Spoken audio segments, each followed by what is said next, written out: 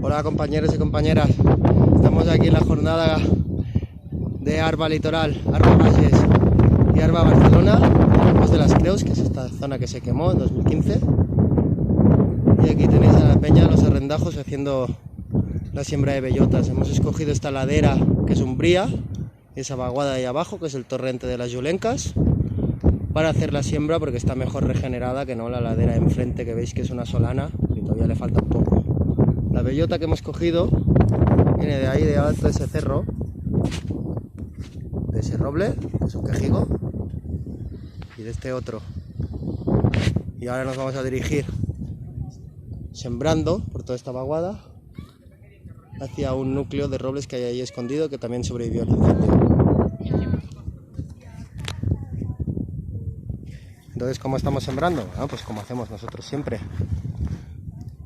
buscando la vaguada junto al arbusto, buscándole la sombra al arbusto, y las clavamos, ¿veis? Sembrad bellotas y habrá bosque.